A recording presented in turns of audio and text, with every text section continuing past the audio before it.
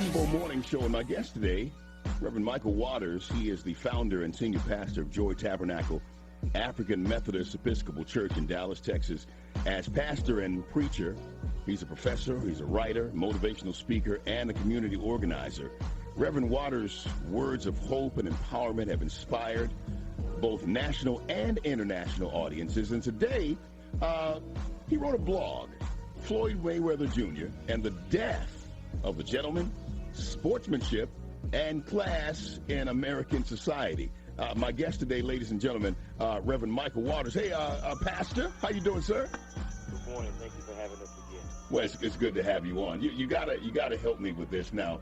You off the cuff, you said in this blog that you admit you didn't initially watch the fight. So what led you to watch it and give our audience a brief description of what you saw?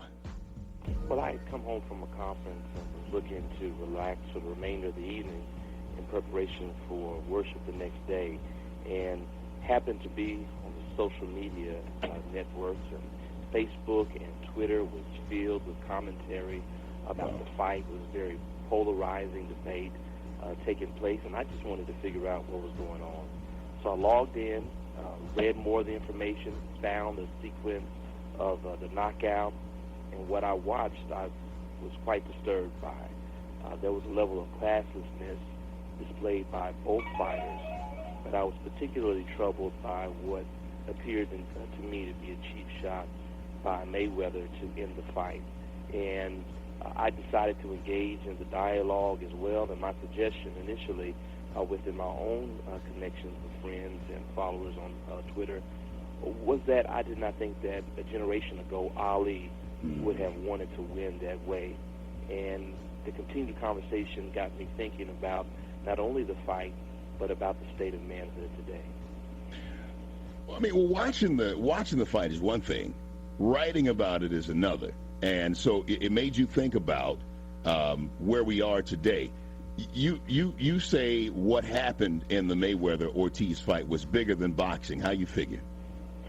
I figure it's bigger than boxing because I believe that there is a lack of honor and integrity displayed amongst many men today. As I referenced before, there was a certain way of carrying yourself that previous generations of men did that I think is lacking amongst men in today's society.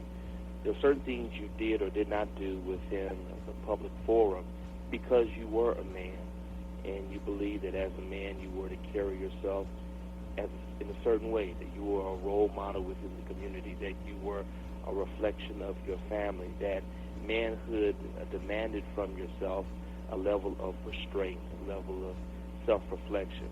And as I looked at both fighters really in the fight, and even paid attention to the post-fight commentary and just the little information that I do know about the fighters, I believe it becomes a microcosm of manhood today, where we do not operate with the same level of integrity, same level of honor as previous generations of men.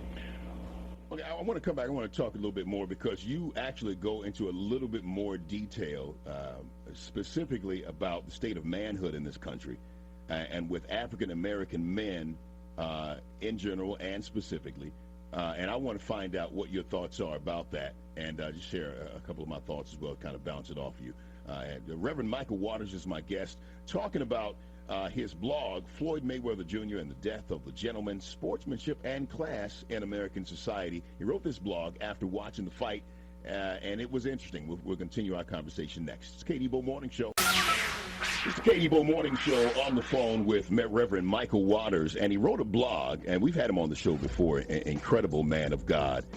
Pastor, preacher, professor, writer, motivational speaker, community organizer. I mean, he has a lot going on. A lot of words of hope and empowerment, encouragement have inspired both audiences nationally and internationally.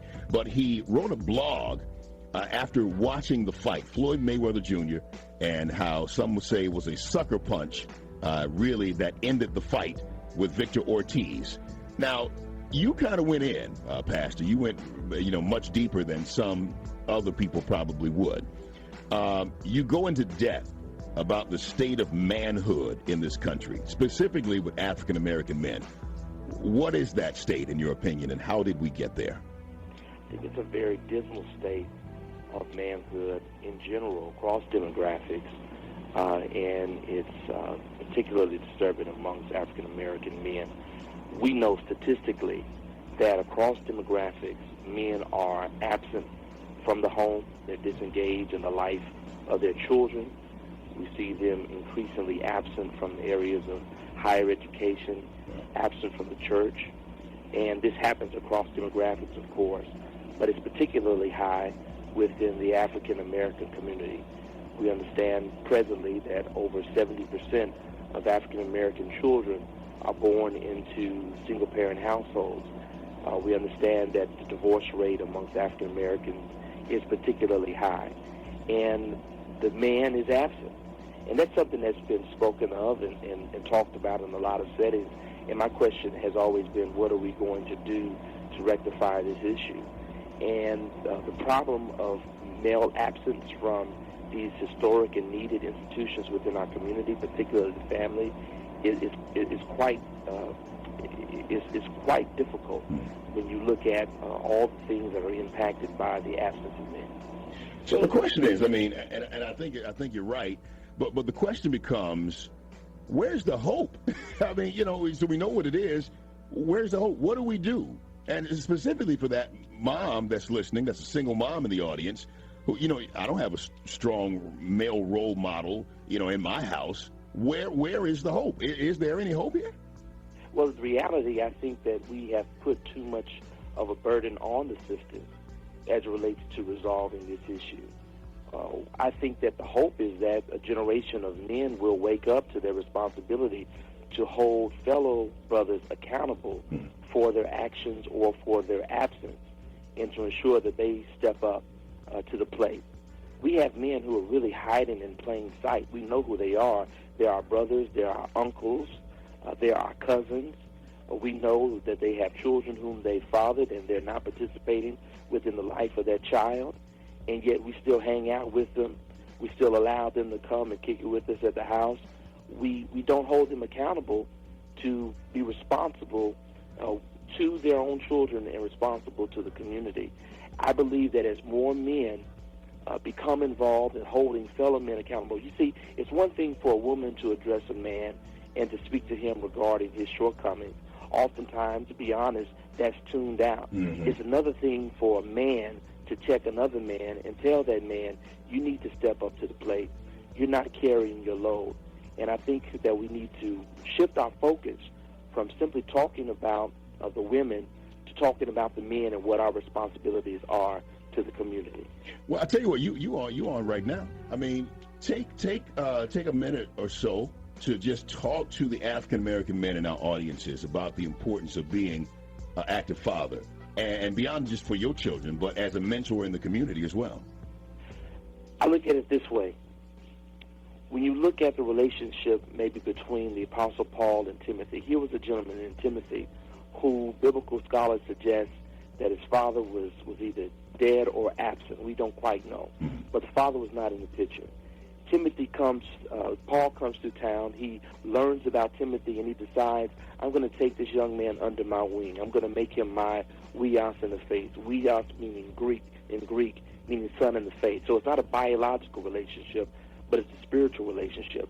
And Paul then determines that he's going to pour out his life into the life of Timothy so that Timothy can be formed in Christian manhood and could be the best possible man that he could be.